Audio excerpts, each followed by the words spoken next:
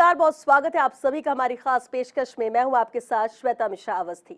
आज उच्च शिक्षा का गौरव है university of engineering and management UEM. UEM means good education good jobs.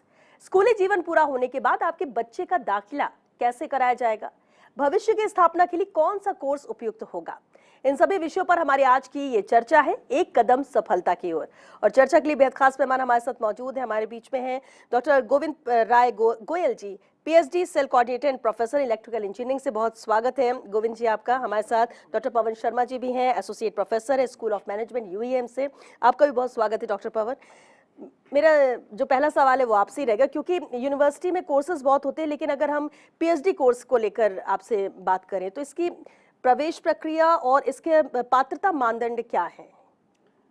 कौन है जो पीएचडी कर सकता है और करना चाहता है, तो उसके लिए क्या चीज़ें ज़रूरी है? जी। देखिए श्वेता जी की पीएचडी के लिए जो भी कैंडिडेट पीएचडी करना चाहता है, सबसे पहले उस डिसिप्लिन के अंदर उसकी मास्टर्स डिग्री होनी चाहिए और मास्टर्स के अंदर उसके 60% जो है परसेंटेज मार्क्स उसके होने चाहिए।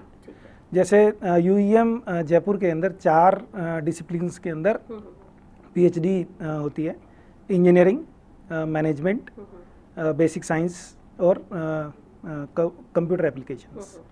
तो इंजीनियरिंग के अंदर सभी डिफरेंट डिपार्टमेंट्स हैं, जैसे कि electrical engineering, mechanical engineering, computer engineering और सभी अदर जो डिपार्टमेंट्स हैं, सभी के अंदर पीएचडी होती है। तो कैंडिडेट जिस भी डिपार्टमेंट में पीएचडी करना चाहता है तो उसके अंदर उसकी मास्टर डिग्री होनी कंपलसरी है सबसे पहले। और फिर कैंडिडेट जैसे यूईएम जयपुर साल में 2 बार जो है पीएचडी में प्रवेश के लिए एंट्रेंस एग्ज़ाम कंडक्ट करता है। फर्स्ट जुलाई में और सेकंड जनवरी में, सेमेस्टर वाइज। तो जो भी कैंडिडेट है, जो भी एस्पिरेंट्स हैं, वो जो पीएचडी करना चाहते हैं वो उस एडमिशन एंट्रेंस के लिए फॉर्म फिल करेंगे सबसे पहले। फिर एक एंट्रेंस का एग्ज़ाम होगा और उसके बाद जो शॉर्टलिस्टेड कैंडिडेट होंगे उनका इंटरव्यू होगा, ठीक है। लेकिन इसके अंदर एक और कंडीशन है कि जो बीटेक करके, क्योंकि बीटेक का कोर्स 4 इयर्स का है और स्कूल का जो कैंडिडेट है वो 12th पास करके आता है, तो 12th प्लस 4 इयर्स का बीटेक कंप्लीट करके उसके 16 इयर्स की एजुकेशन कंप्लीट होती है। तो बीटेक का कैंडिडेट डायरेक्ट पीएचडी में भी एडमिशन ले सकता है, लेकिन उसके लिए एक कंडीशन है कि जो उसके परसेंटेज हैं बीटेक के अंदर वो 75 अबव होने चाहिए, 75% से अबव होने चाहिए। तो वो बीटेक के बाद विदाउट, और अगर वो बीटेक के बाद मास्टर्स करता है फिर पीएचडी करता है तो फिर उसके लिए वो 60% तो 60% के मार्क्स होने चाहिए, ठीक है। तो उसके अंदर वो जो 75 वाला जो कंडीशन है वो फिर मैंडेटरी नहीं है, ठीक है।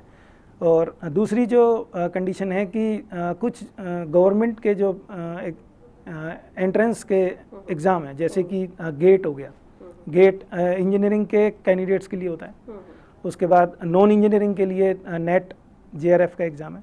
अगर किसी कैंडिडेट ने ये इनमें से कोई भी अगर एग्ज़ाम पास कर रखा है तो उसको एंट्रेंस एग्ज़ाम से जो है वो नहीं पास करना पड़ेगा, ठीक है। उसका डायरेक्ट इंटरव्यू होगा और अगर इंटरव्यू में वो पास होता है तो वो पीएचडी करने के लिए जो है एलिजिबल है। बिल्कुल, लेकिन रिसर्च के लिए जैसे कई चीज़ें ज़रूरत होती है, लैब इक्विपमेंट्स की बात करें, सॉफ्टवेयर की बात करें या फिर लाइब्रेरी की बात करें, तो क्या यूईएम ये फैसिलिटी देता है? बिल्कुल, इस पे कितना फोकस रहता है? मैम इस पे 100% फोकस है हमारा। आपने 3 चीज़ों की जो है बात की है इसके अंदर। एक तो लेबोरेटरी है, लेबोरेटरी इक्विपमेंट है। जैसे इंजीनियरिंग के हैं तो इंजीनियरिंग के अंदर कोर जो इंजीनियरिंग की डिसिप्लिन्स हैं, जैसे इलेक्ट्रिकल इंजीनियरिंग है या मैकेनिकल इंजीनियरिंग है, तो ये लोग अपना लैब के अंदर काम करके, जो पीएचडी का जो स्कॉलर है वो लैब के अंदर अपना एक्सपेरिमेंट का जो काम है वो कर सकता है और अपना इक्विपमेंट डेवलप भी कर सकता है। और उसके लिए लैब की फैसिलिटी है, इनोवेशन लैब है हमारे पास में, है ना, और रिसर्च की लैब है। तो वहाँ पे जो भी स्कॉलर है वो अपना लैब का जो एक्सपेरिमेंट है वो अपना परफॉर्म कर सकता है। दूसरी आपने बात की सॉफ्टवेयर की, तो सॉफ्टवेयर जो है वो सभी के लिए ही यूज़फुल है, चाहे वो टेक्निकल है या नॉन टेक्निकल है। तो सॉफ्टवेयर के अंदर कुछ स्पेसिफिक हैं जो इंजीनियरिंग में काम आते हैं, कुछ ऐसे हैं जो नॉन इंजीनियरिंग के अंदर यूज़ होते हैं। तो सॉफ्टवेयर की लैब है जिसके अंदर बहुत सारे कंप्यूटर्स हैं हमारे पास में, और उनमें डिफरेंट सॉफ्टवेयर्स हैं। जैसे अगर मैं एक दो सॉफ्टवेयर की नाम अगर मैं दूं आपको, तो इंजीनियरिंग के अंदर मैटलैब हो गया या ई टैब हो गया, ऐसे कई स्पेसिफिक सॉफ्टवेयर हैं जो पर्टिकुलर एनालिसिस के लिए यूज़ में आते हैं, सिमुलेशन के लिए यूज़ आते हैं। ठीक है, यानी ये जितनी ज़रूरतें हैं रिसर्च के लिहाज से पीएचडी के लिए, स्कॉलर्स के लिए, वो सभी फैसिलिटी है और उस पर फोकस भी है यूईएम का। डॉक्टर पवन, क्योंकि हम बात पीएचडी कर रहे थे, लेकिन एमबीए स्टूडेंट्स की हम बात करें, एमबीए स्टूडेंट्स के उन्होंने पढ़ाई की, लेकिन प्लेसमेंट को लेकर कितना ज़्यादा यूईएम का इस पर फोकस है कि प्लेसमेंट उनका बेहतर हो, खासतौर से इसके लिए रणनीति क्या बनाती है यूईएम एमबीए स्टूडेंट्स के पर अगर बात करें? देखिए मैम, जैसे आपको पता है एमबीए जो है वो अपने आप में एक प्रोफेशनल कोर्स है, और एमबीए कंप्लीट होने के बाद हर एक स्टूडेंट ये चाहता है कि मेरे को एक अच्छी जॉब मिले, और एक अच्छी जॉब के लिए स्टूडेंट को प्रिपेयर करना हमेशा यूईएम जयपुर की एक प्राथमिकता रहती है।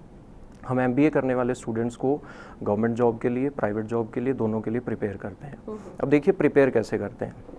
फर्स्ट ऑफ ऑल बात करें हम क्लासरूम टीचिंग की, तो जब भी हमारे पास कोई स्टूडेंट एमबीए में एडमिशन लेता है, तो एडमिशन के बाद फर्स्ट ऑफ ऑल जब क्लासरूम टीचिंग की बात आती है तो हम उसे एकदम प्रैक्टिकल टीचिंग करवाते हैं जी। हमारा जो टीचिंग पैटर्न रहता है वो केस स्टडी बेस्ड रहता है, प्रॉब्लम सॉल्विंग रहता है, सेमिनार, वर्कशॉप्स, ये सब हम कंडक्ट करवाते हैं, और हर सेमेस्टर में हम डेटा एनालिसिस से रिलेटेड, एसपीएसएस है, एक्सेल से रिलेटेड उनकी workshops, hands on training conduct करते हैं। और इसके अलावा अगर हम बात करें तो हमारे पास एक डेडिकेटेड प्लेसमेंट टीम है जो हमें टाइम टू टाइम ये बताती है कि इंडस्ट्री की डिमांड क्या है, और जैसी भी इंडस्ट्री की डिमांड है उसके अकॉर्डिंग वो हमें बताते हैं और हम अपने सिलेबस को अपग्रेड करते हैं। देन इसके बाद अगर हम बात करें तो हम हर साल जो हमारे फाइनल ईयर के स्टूडेंट हैं उनके लिए इंटर्नशिप इंश्योर करते हैं कि वो लोग इंटर्नशिप करें, और कई स्टूडेंट ड्यूरिंग इंटर्नशिप अगर अच्छा परफॉर्म कर रहे हैं तो उनको प्री प्लेसमेंट ऑफर्स भी कंपनी की तरफ से मिल जाते हैं। और फॉरेन प्रोफेसर्स को भी हम इनवाइट करते हैं सॉफ्ट स्किल ट्रेनिंग के लिए, वो 7 to 10 डेज़ का प्रोग्राम रहता है। ठीक है, लेकिन अगर पढ़ाई के अलावा बात करें, आपने बताया कि एमबीए में स्टूडेंट्स के लिए कितना फोकस्ड है और कैसी रणनीति आप बनाते हैं, लेकिन अगर पढ़ाई की तरफ बात करें स्टूडेंट्स के फिजिकल और मेंटल हेल्थ को लेकर, तो उसके लिए एक्स्ट्रा क्या किया जाता है? देखिए बहुत अच्छा क्वेश्चन पूछा आपने कि सिर्फ हम पढ़ाई की बात करें तो आज का टाइम ऐसा है कि सिर्फ पढ़ाई की बात करके ओवरऑल डेवलपमेंट की हम बात नहीं कर सकते। तो पढ़ाई के साथ साथ हमें स्टूडेंट के ओवरऑल डेवलपमेंट की बात करनी है, और जब बात ओवरऑल डेवलपमेंट की आती है तो फिजिकल प्लस मेंटल हेल्थ दोनों ज़रूरी है। अब बात है कि यूईएम जयपुर इसमें कैसे कंट्रीब्यूट कर रहा है। UEM Jaipur physical and mental health maintain करने के लिए हमेशा डिफरेंट एक्टिविटीज़ कंडक्ट करता है। स्पेशली इसके लिए हमने क्या किया हुआ है, जैसे यूएचवी से रिलेटेड हम सेशंस कंडक्ट करवाते हैं, यूनिवर्सल ह्यूमन वैल्यूज़।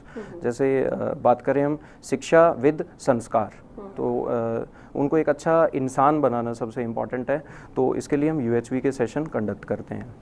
दूसरा अगर हम बात करें तो यूनिवर्सिटी में स्पोर्ट्स कॉम्प्लेक्स बना हुआ है जहां बच्चे स्पोर्ट्स में पार्टिसिपेट करते हैं। इवन हम खुद इंटर कॉलेज, इंटर यूनिवर्सिटी इस तरह के इवेंट्स भी ऑर्गेनाइज करते हैं। स्पोर्ट्स में हमारे पास क्रिकेट है, वॉलीबॉल है, बास्केटबॉल कोर्ट बना हुआ है। इंडोर गेम की बात करें तो टेबल टेनिस है, और बॉयज़ एंड गर्ल्स दोनों के लिए सेपरेट जिम्स बनी हुई है, वो वहाँ ये सारी फैसिलिटी अवेल कर सकते हैं। ठीक है जी, बिल्कुल। और डॉक्टर गोविंद, क्योंकि हम पीएचडी की बात कर रहे हैं, दोनों ही बहुत इंपॉर्टेंट है, पीएचडी भी और एमबीए की भी हम बात करें, लेकिन पीएचडी में जैसा कि हम बात भी कर रहे हैं कि छात्रों को किस तरह से प्रवेश ले सकते हैं, कैसे, लेकिन सिर्फ पीएचडी करके वो निकल जाए ऐसा नहीं। यूनिवर्सिटी उन्हें कैसे सपोर्ट करती है, एक तरफ से अगर हम बात करें करियर गाइडेंस के लिहाज से बात करें या फिर प्लेसमेंट के लिहाज से बात करें? देखिए मैडम, पीएचडी के बाद में जो भी स्कॉलर है उसके पास करियर के अंदर कई ऑप्शंस हैं। सबसे पहले तो एकेडमिक्स हो गया, एकेडमिक्स के अंदर प्रोफेसरशिप है, और रिसर्च एक अलग डोमेन है। जैसे पीएचडी के बाद में पोस्ट डॉक्टरेट का भी एक ऑप्शन है, जो कि कई इंडियन यूनिवर्सिटीज़ है और कई फॉरेन यूनिवर्सिटीज़ भी हैं जहाँ पे वो कैंडिडेट अपना रिसर्च लैब के अंदर पोस्ट डॉक का जो काम है वो कर सकता है।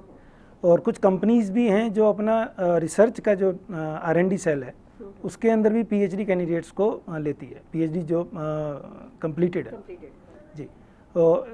जैसे इंडिया के अंदर PSUs हैं, इंजीनियरिंग के अंदर PSUs का है, और नॉन इंजीनियरिंग के अंदर जैसे मैनेजमेंट में अगर कोई पीएचडी है तो उसके लिए इंश्योरेंस का सेक्टर है, म्यूचुअल फंड का सेक्टर है, बैंकिंग है, जहाँ पे वो रिसर्च और एनालिसिस का जो काम है वो जो है पीएचडी कैंडिडेट उसको कर सकता है। लेकिन अगर कॉम्पिटिटिव एग्जाम्स की बात करें कि सबके अपने अपने कोर्स है, लेकिन फिर गवर्नमेंट सेक्टर में हो या फिर दूसरे, इसमें यूएम के स्टूडेंट्स की भागीदारी कितनी रहती है, कितना इन्वॉल्वमेंट रहता है और कैसे रिजल्ट्स हैं?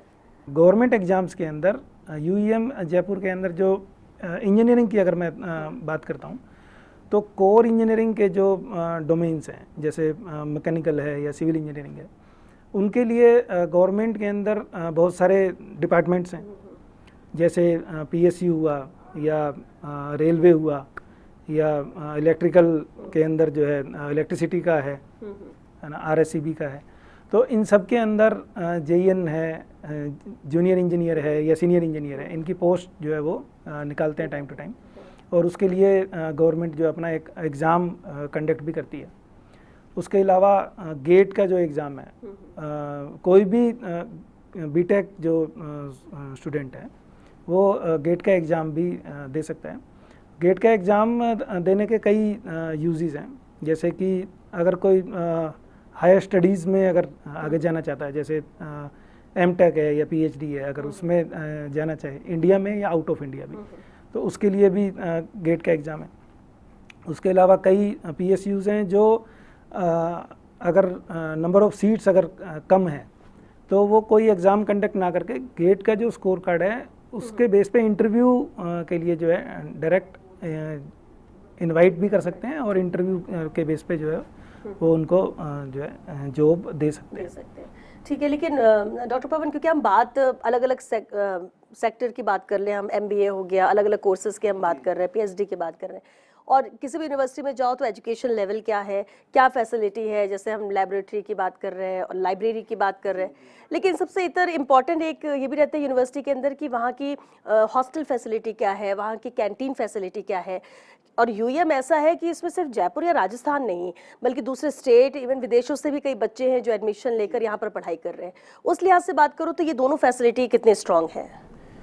देखिए मैम, हमारे यहाँ जो जैसा कि आपने बताया कि स्टूडेंट जो है वो not only from Rajasthan, students are residing taking admission from different parts of the countries. तो हम जो भी आउटसाइडर स्टूडेंट है उनको यूनिवर्सिटी हॉस्टल फैसिलिटी प्रोवाइड करती है। अब इसके लिए देखिए हमारे पास मल्टीपल हॉस्टल्स हैं, और जिसमें बॉयज़ हॉस्टल सेपरेट है एंड गर्ल्स हॉस्टल सेपरेट है, ठीक है। और फर्स्ट ईयर में जब बच्चा आता है हॉस्टल में तो फर्स्ट ईयर के लिए हमने सेपरेट हॉस्टल बनाया हुआ है, ताकि फर्स्ट ईयर का जो एक नया एडमिशन लेता है तो कई बार होता है स्टूडेंट का मन नहीं लग रहा है या उसको कुछ फियर्स होते हैं, ताकि उसकी एक एक्स्ट्रा पैम्परिंग हो, उसके लिए हम फैकल्टीज़ भी इंश्योर करते हैं, टाइम टू टाइम उनके साथ डिस्कशन भी हमारा रहता है कि आपकी जो बिगनिंग हॉस्टल लाइफ है वो कैसी चल रही है। इसके अलावा जो हॉस्टल में फैसिलिटीज़ की बात करें तो हमारे पास AC एंड नॉन AC दोनों टाइप के रूम्स अवेलेबल है, जिसमें single, double and triple sharing available है। अब दूसरा आपने पूछा कैंटीन के रिगार्डिंग, तो हमारे पास मल्टीपल कैंटीन के ऑप्शंस है, क्योंकि स्टूडेंट देखिए डिफरेंट पार्ट से आ रहे हैं, तो कुछ स्टूडेंट वेजिटेरियन हैं, कुछ नॉन वेजिटेरियन हैं।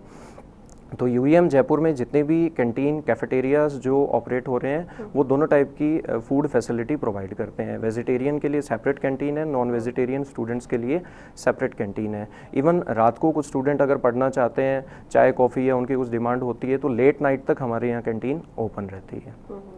तो ये सब फैसिलिटीज़ हम बेसिकली स्टूडेंट्स को in form of hostel and canteens provide करते हैं। और जो दूसरे स्टेट से आते हैं बच्चे, तो एक तो अपना घर छोड़कर आना, फिर दूसरे स्टेट में जाना, यहाँ पर अलग अलग तरह के स्टूडेंट्स होते हैं, तो क्या खासतौर से नज़र भी इन पर रखी जाती है कि कहीं कोई दिक्कत, कहीं कोई किस तरह की प्रॉब्लम, क्योंकि एक बार सेटल होना ज़रूरी होता है स्टूडेंट्स के लिए, तो क्या एक्स्ट्रा फोकस रहता है आप लोगों का या जो मैनेजमेंट का? बिल्कुल एक्स्ट्रा फोकस रहता है मैम। देखिए जैसे एक तो मैंने अभी आपको बताया कि फर्स्ट ईयर के लिए सेपरेट हॉस्टल है, ठीक है, उसमें सिर्फ फर्स्ट ईयर के स्टूडेंट होते हैं तो उनको वैसे कंफर्टेबल रहता है कि सारे वो न्यू स्टूडेंट्स है, सेम पिच पे है वो। सेकंड, अगर हम बात करें कि आपने एक्स्ट्रा सपोर्ट एंड केयर की बात की, तो हमारे यहाँ रेगुलर बेसिस पे मेंटर एंड मेंटी सेशन चलते हैं, जिसमें क्या करते हैं हम सब जितने भी फैकल्टीज़ है, हमें कुछ स्टूडेंट अलॉट हो जाएंगे एज मेंटी, और रेगुलर बेसिस पे हम उन स्टूडेंट्स के साथ इंटरेक्शन करते हैं। मतलब टोटली वो एक तरह से इनफॉर्मल इंटरेक्शन है कि उनको कुछ भी प्रॉब्लम आ रही है regarding their family residence, environment देने की कोशिश फैमिली होती है फैमिली कि हाँ, एनवायरनमेंट कि के लिए लोकल वो पेरेंट इजी हो जाए, हाँ बिल्कुल, एक एज लाइक गार्जियन के तौर पर। Local guardian. तो उसमें अगर उनको एकेडमिक्स के रिगार्डिंग कोई प्रॉब्लम है या हॉस्टल में स्टे करने के रिगार्डिंग प्रॉब्लम है या फूड क्वालिटी को लेके प्रॉब्लम है, तो वो सब हमसे वो शेयर कर सकते हैं। दूसरा, फैकल्टीज़ भी time to time hostel visit करती रहती है, जिससे हमें पता लग जाता है कि जो स्टूडेंट्स है वो कोई प्रॉब्लम तो फेस नहीं कर रहे। चलिए, क्योंकि वक्त भी खत्म हो चुका है, गोविंद जी, पवन जी, बहुत शुक्रिया आप दोनों का ही इस चर्चा में शामिल होने के लिए, क्योंकि एजुकेशन के साथ साथ बहुत सारी चीज़ें जो स्टूडेंट्स के लिए ज़रूरी है, और इस चर्चा में बहुत सी वो बातें भी सामने आई हैं। लेकिन देखिए, इतना ज़रूर है कि जब आप यूनिवर्सिटी में जाएं, एडमिशन लें, शिक्षा अपने कोर्स को लेकर फोकस रहे, लेकिन इसके साथ साथ दूसरी चीज़ें भी बेहद ज़रूरी है कि आखिर वहाँ का एनवायरनमेंट कैसा है। नया बच्चा जब आता है तो उसको सेटल होने के लिए उसको डर नहीं होना चाहिए, उसे कोई दिक्कत नहीं होनी चाहिए, इसके बाद ही वो फोकस कर सकेगा, किस तरह का स्ट्रेस नहीं होना चाहिए। और इसलिए हर यूनिवर्सिटी की जिम्मेदारी बनती है कि कम से कम मेंटल और फिजिकल हेल्थ का भी पूरा ध्यान दे, जो कि कम से कम यहाँ नजर आता है। चलिए, इसी के साथ हमें दीजिए इजाज़त। नमस्कार।